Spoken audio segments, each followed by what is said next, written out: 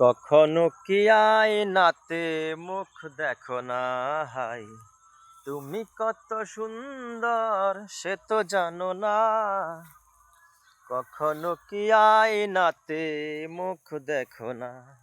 এই যে এখানে ইঁদুরে ধরেছে ধান খেতে, ইঁদুরে মাটি তুলেছে, ইঁদুর দমন করতে হবে। ধান খেতের অবস্থা খুবই খারাপ করে ফেলেছে।